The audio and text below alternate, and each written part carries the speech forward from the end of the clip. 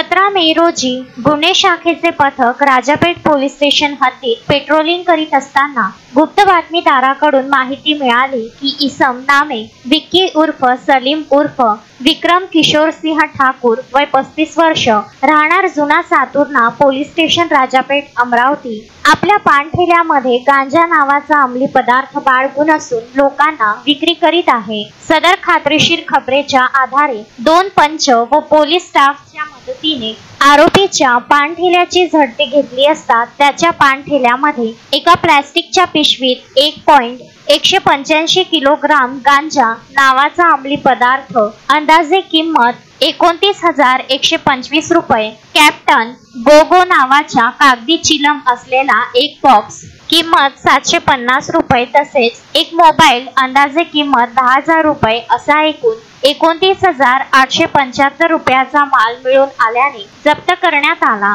आरोपी विरुद्ध पोलीस ठाणे राजापेठ येथे कलम 8C 20B 2B 22B NDPS कायदा 1985 प्रमाणे गुन्हा दाखल करण्यात आलेला आहे। सदरची कार्यवाही गणेश शिंदे प्रभारी पोलीस आयुक्त तथा उपायुक्त परिमंडळ क्रमांक 2 अमरावती शहर, कल्पना बारावकर पोलीस आयुक्त मुख्यालय, सागर पाटील पोलीस उपायुक्त परिमंडळ क्रमांक 1, जयदत्त भवर सहाय्यक पोलीस आयुक्त राजापेठ विभाग यांच्या मार्गदर्शनाखाली पोलीस निरीक्षक सीमा दाताडकर, सहाय्यक पोलीस निरीक्षक योगेश इंगळे, सहाय्यक पोलीस उपनिरीक्षक Yusuf Saudagar, Vinay Mohod police head constable Chhotelal Yadav, Ajay Mishra, Sudhir Gurdhe, Vijay Borade, Sanjay Bharsakade, Naeem Baig, Ashish Dawale, Ranjit Gawande, Nivrutti Kakad, Chetan Karade, Varsha Ghongade यांनी केली आहे। शोएब खान, विदर्भ न्यूज, अमरावती।